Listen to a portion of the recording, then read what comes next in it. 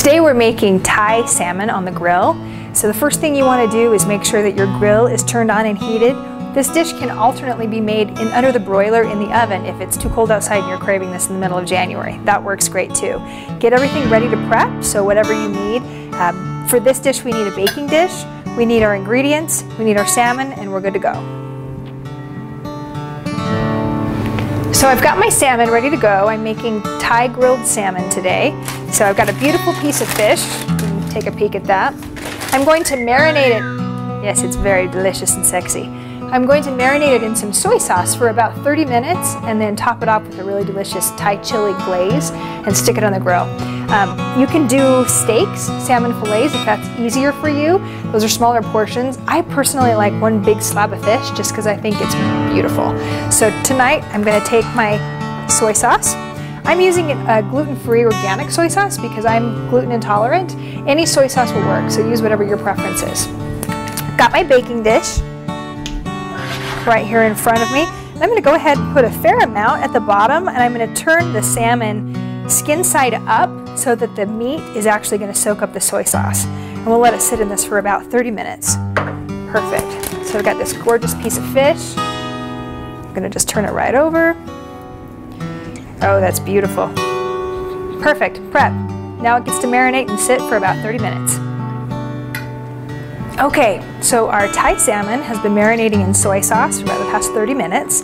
I went ahead and flipped it over and drained the soy sauce. So now you have this beautiful piece of fish with a little bit of color from the soy. I have a mixture of sweet Thai chili sauce and sesame oil. It's a little bit of sesame oil, kind of gives it a little smoky flavor. I'm going to go ahead and use that as a glaze to coat the fish.